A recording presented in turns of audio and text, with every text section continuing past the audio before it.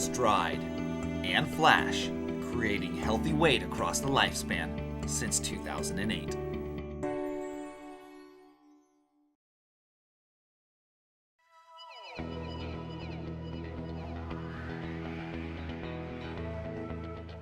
Any and all questions pertaining to the confidentiality of the information A-Team collects is more than welcome to inquire about our safeguards and protections of the data we are gathering.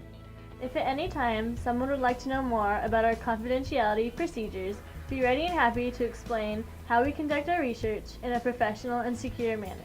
You are a representative of not only the Stride Center, but your department and Cal Poly. This information has and will continue to be used to expand the body of knowledge of the scientific and health communities to impart policy changes to better our lives, be presented at professional conferences, and be published in peer-reviewed journals. What you do and how you do it is a very important aspect of the A-Team.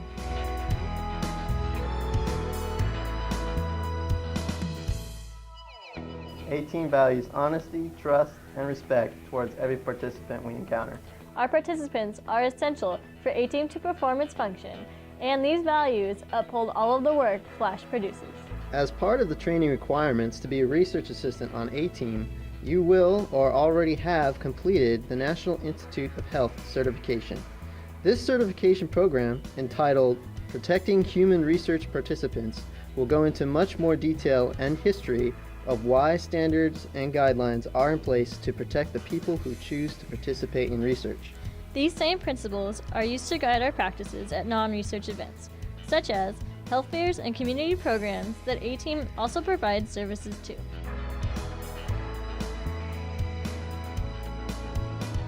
When conducting research, participants will be reading and signing an informed consent.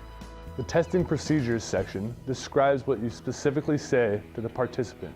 The basics of an informed consent details the following: any possible risks of participating, the steps taken to minimize these risks, participating is completely voluntary, the right to opt out at any time, who to contact should there be any future questions. Further details about the greeting and check-in procedures are covered in the testing procedures section. As soon as you get the forms back from the participant, be sure to confirm that the informed consents are correctly filled out and signed. Then, print and sign your name in the appropriate areas. If there is something the participant forgot to do, like they forgot to answer the photo release questions, kindly ask her or him to complete it before you sign the form or begin any testing procedures.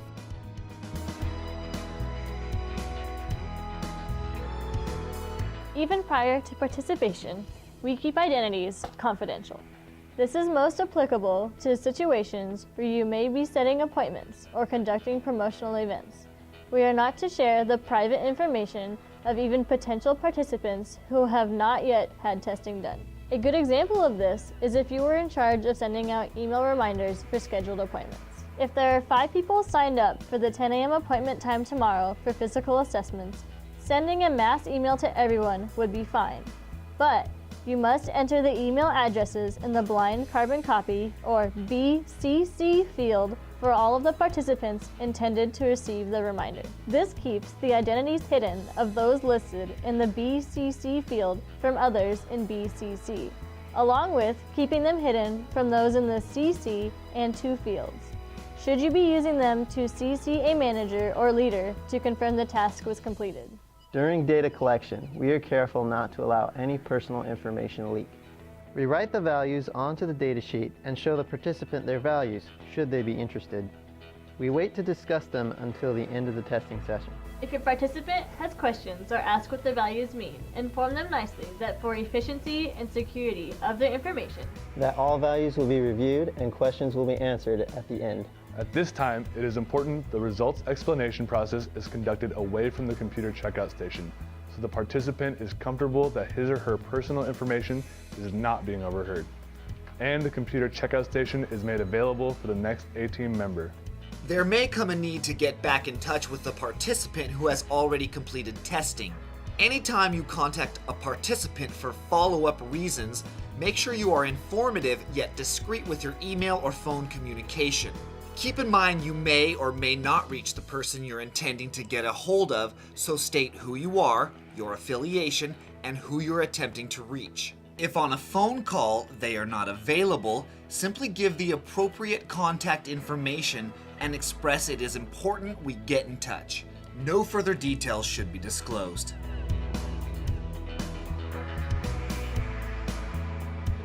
As explained earlier, participation in research is voluntary, and everyone has the right to end participation at any time, before, during, or after the assessments.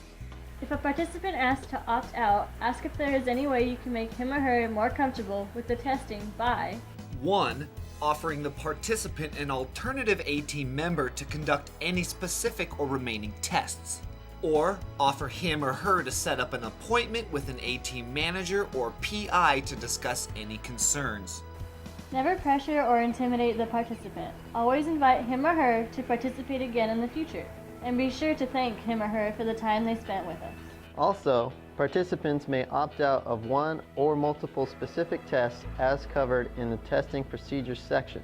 Asking the participant to volunteer their reason is important. It allows the project managers to restructure a more precise, possibly gentler approach in future assessments. If they offer it, you can make a note of it on the datasheet. If no reason is given, simply write, opted out, no reason given.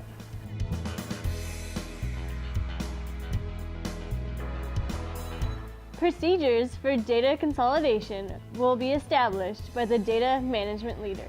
By the start of the collection period, they will be determined, but will vary depending on the type of data collected and whether it's for a health fair or for the flash study.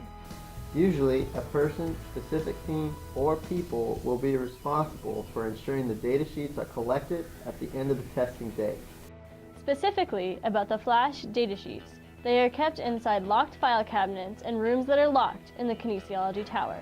They will remain there for a specific period of time as required by the university. Direct identifiers, information that could link a participant's identity to his or her information, are removed and replaced by a code number. The key to the codes is kept in a separate locked cabinet away from the data so that analysis can be done without risk of accidental disclosure of personal information. Eventually, all paper documents are shredded and disposed of. When data is entered into the computer system, there are safeguards in place to keep all digital information secure. The database into which data is entered is secured on a password-protected and user-restricted hard drive. Only authorized users can access the restricted files.